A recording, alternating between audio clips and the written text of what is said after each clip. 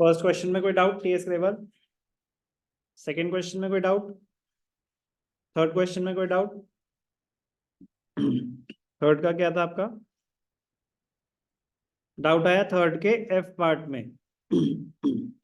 Third में किसी और पार्ट में कोई डाउट? ये एक्सप्लेनेशन एक बार ट्रांजैक्शन अंडरस्टैंड करनी है। Okay, cash withdrawn from bank, cash withdrawn from bank, cash withdrawn from bank, cash account debited to bank account. ये तो माइंड में बस सोचना है कि जर्नल एंट्री क्या है, इसका इम्पैक्ट क्या हो रहा है। आपका कैश बैलेंस बढ़ रहा है और आपका बैंक बैलेंस कम हो रहा है। जितने से कैश बैलेंस बढ़ रहा है उतने से ही बैंक बैलेंस कम हो रहा है। Therefore, no change in cash and cash equivalents. जितना इनफ्लो हुआ उतना ही out cash and cash. What is a cash flow statement? It is a statement which shows inflow and outflows of cash and cash equivalents. तो जितना inflow हुआ cash आने की वजह से उतना ही आउटफ्लो हुआ बैंक बैलेंस कम होने की वजह से। नो फ्लो है, नेट रिजल्ट क्या है? No flow of cash, no change in cash and cash equivalents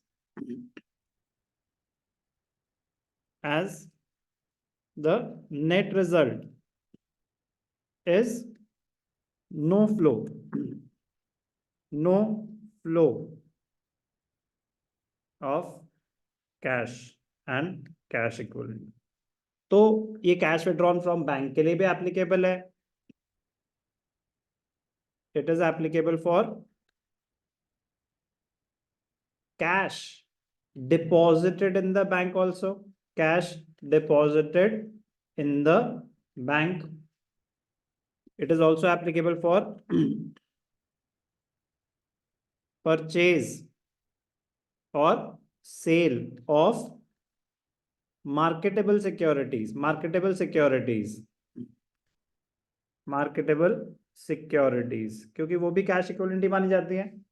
पर ध्यान क्या रखना है? Sale if it is at par. At par का मतलब होता है कि जितने की आपने खरीदी थी उतने की बेच दी। प्रॉफिट और लॉस पे अलग ट्रीटमेंट होती है, क्योंकि जो प्रॉफिट हुआ है तो उस पर आपके पास पैसे ज्यादा आएंगे, लॉस हुआ है तो कम आएंगे, वो अलग आगे की बात है। Cash withdrawn from the bank, no flow. Cash deposited in the bank, no flow.